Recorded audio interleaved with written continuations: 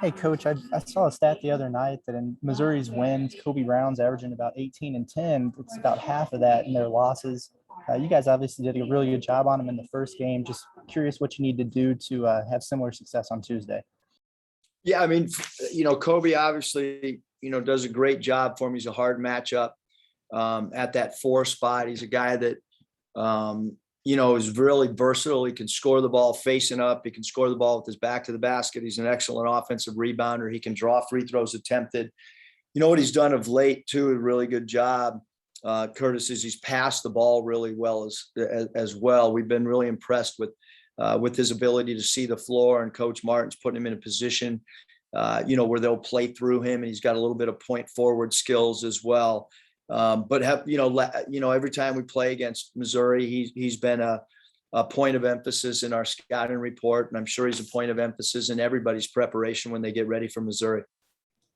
And then Javon Pickett's actually leading them in scoring in SEC play. He's got 8 straight league games with double-digit scorings. What have you seen from him that's made him so effective?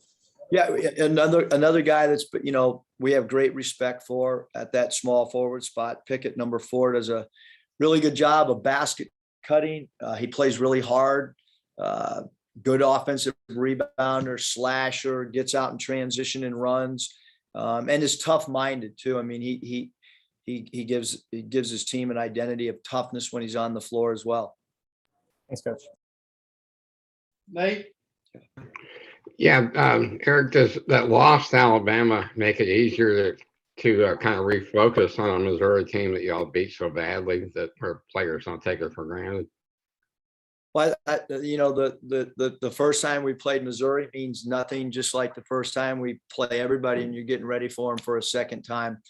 No, I wish we would have won the Alabama game, Nate. I think that the way that we prepared for Alabama after a really emotional win against Auburn, I'm really proud of our team. A lot of teams would not be able to come down from an emotional high and go out and compete like we did. All you got to do is look at the teams that Auburn's beaten this year. Look at their home record. Look at who they've beaten at home. It's a hard place to win against a really talented team. We gave ourselves an opportunity to win that basketball game after, arguably, in the 3 years I've been here, the most emotional home win that we've had. So I don't think that there'll be any, mental thing after the loss. I think that we're mature. We know who we are. And we know that this is going to be a very, very difficult game. As most games are when you play Coach Martin's teams. He's an excellent coach. They play hard. They play together, and they're hard to beat at home. So we got to get ready to play this game and turn the page for sure. Does Missouri look like a different team than what you played them the first time? Have they changed much or anything? Yeah, I mean, I think we just, we talked about how well Pickett's played. Obviously, the question about Kobe Brown, Brazil continues to get better, because he's an athletic, younger player who's a freshman. Coleman continues to be, he's got good size at the point guard position. And Gordon, number 12, I think has played with much more confidence of late as well. Thank you. Bob? Eric, I know you just said the first game doesn't matter, but when you beat a team by 44, and then you're playing them again, I guess a month later, I mean, how does that change the prep, and what do you expect from Missouri? I mean, you guys really paid back Alabama and LSU last year when they came to your place. What are you expecting from Missouri, and does it change the prep when you beat somebody that decisively? No, I think you got to look at their most recent games and try to figure out what they're doing well and try to figure out what we're doing well of late.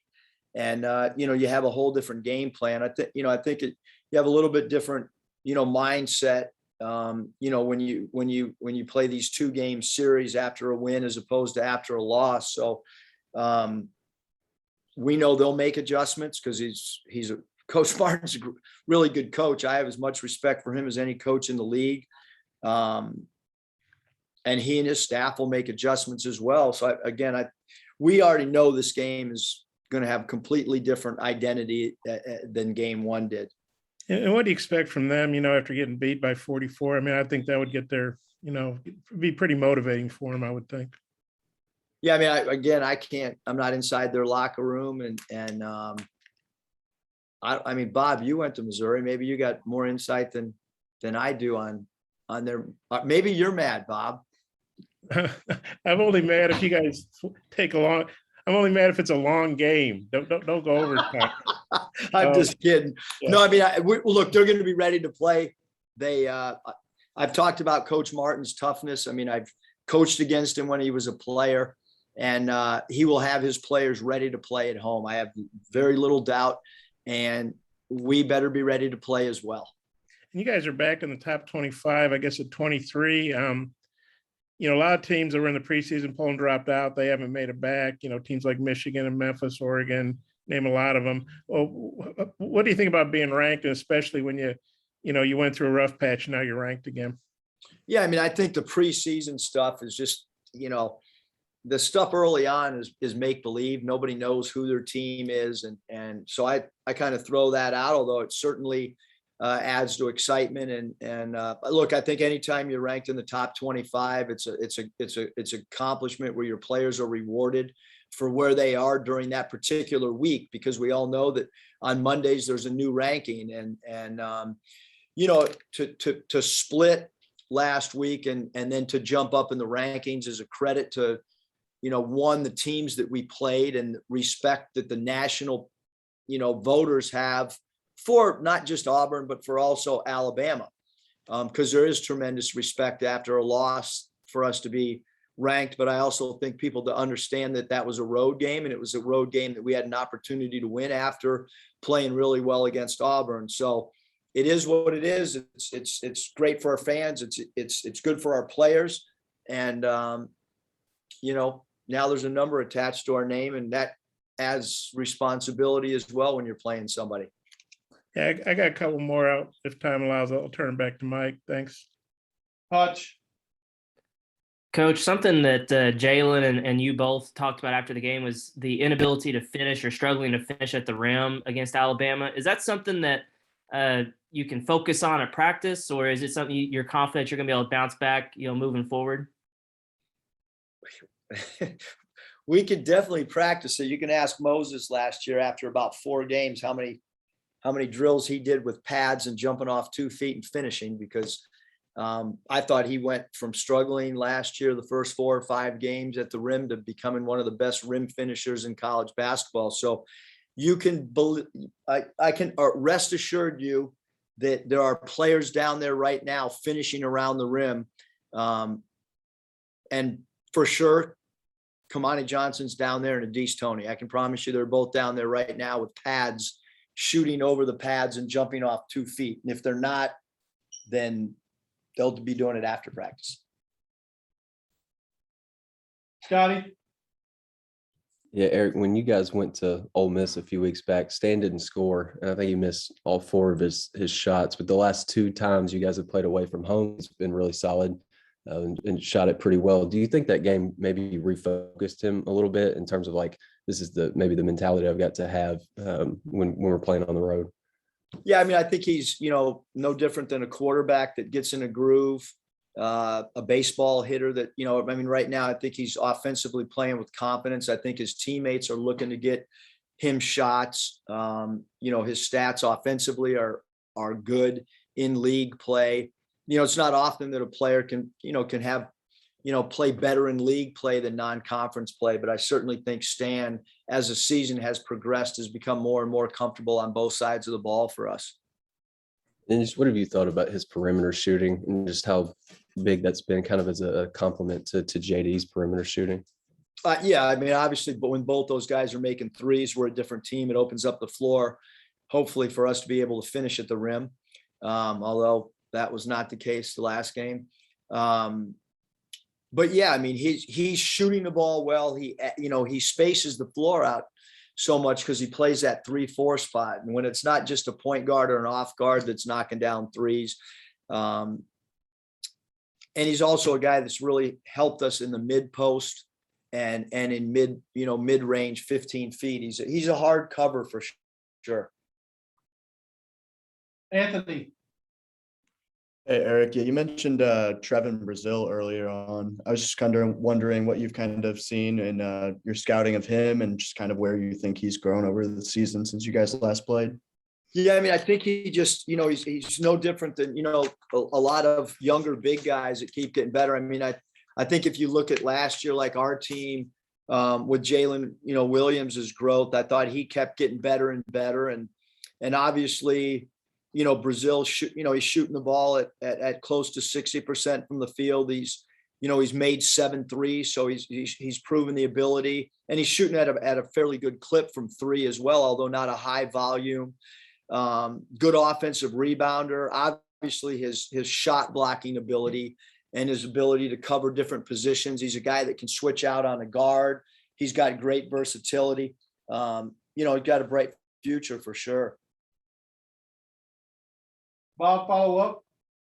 Eric, JD, I know he played pretty well in the second half with foul trouble, only got one more, I guess, but I think for the last 10, he's only played, 27 minutes, which is a lot for some people, but I know you'd like to play him more than that. What are you seeing from him getting in foul trouble? I know you don't want to take his aggressiveness away, but is there something you can do to where he doesn't get in foul trouble, especially in the first half? Yeah, I mean, a lot of them are self-inflicted. It's not like it's not like the other team's dribble driving him, and that his fouls happen, sometimes at half court. But that's what happens when you have a player that's one of the top steal guys in the league, Bob. I mean, I think that, whether it's a high steal player in the NBA or a high steal player collegiately, sometimes that aggressiveness, we don't want to take the aggressiveness away, but he did defend the entire day yesterday with a towel. I can't raise my arm, but he had a towel over his head, held it with both hands, to try to play without reaching. I don't know if that'll help or not, but we got to keep trying to come up with some creative drills to get better, whether it's finishing at the rim or defending without fouling, all those things. Like, that's our job, is to try to simulate things to try to help him. And Deesh, he's been such a good shooter percentage-wise. Obviously, that was very uncharacteristic the other day. How do you feel like he'll bounce back from that 1 of 11 game? Wow. Well, I hope we never see one of those nights again. 1 of 11's hard to do, especially when they're around the rim. He's got to finish at the rim. There's no doubt. I mean, you got to absorb contact like he's done all year. I mean, it's also, he had 30, family members. I don't know if that, becomes a distraction or what, but he won't go 1 of 11 because he won't have an opportunity to get the 11th shot up if he's 1 of 10 going into the 11th shot. Okay. And the other day the other night against Ole Miss, Missouri, I think had 4 players hit 13. You think for them to win, Brown has to have a big game. He had a good game, but I think he had 13 and some rebounds and 5 assists. But that kind of balance, what'd you think of that? And how does that challenge the defense when they have that many guys that are scoring in double figures? Yeah. Again, I think that they're playing with confidence. I think they're sharing the ball. They're doing, what we would expect of a Coach Martin team to play better as a team, or as the season progresses. But yeah, I mean, we've mentioned Brown and Davis can score the ball. He's an excellent mid-range shooter. Pickett plays hard. He attacks the rim. He can make a feet set 3. And Coleman's a guy who stretches the defense out, having made 35 threes on the year. So I think that it could be a different guy for them. And number 21 at the power forward spot is active and a good cutter. Brazil does a good job running the floor. So they do have a lot of different guys that can score the ball for them. You talked about Snoop Dogg last week. Did you, assuming you watched the Super Bowl halftime show, so what'd you think? 10 out of 10. Unbelievable. Okay, that's especially if you lived in LA, then it takes on a special meaning.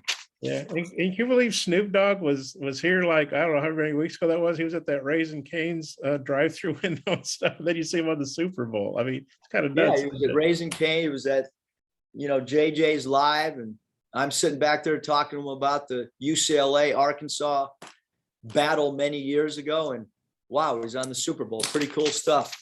Awesome for Northwest Arkansas that Snoop Dogg was here. Thanks, Coach. Appreciate your time. Hey, thanks, Eric.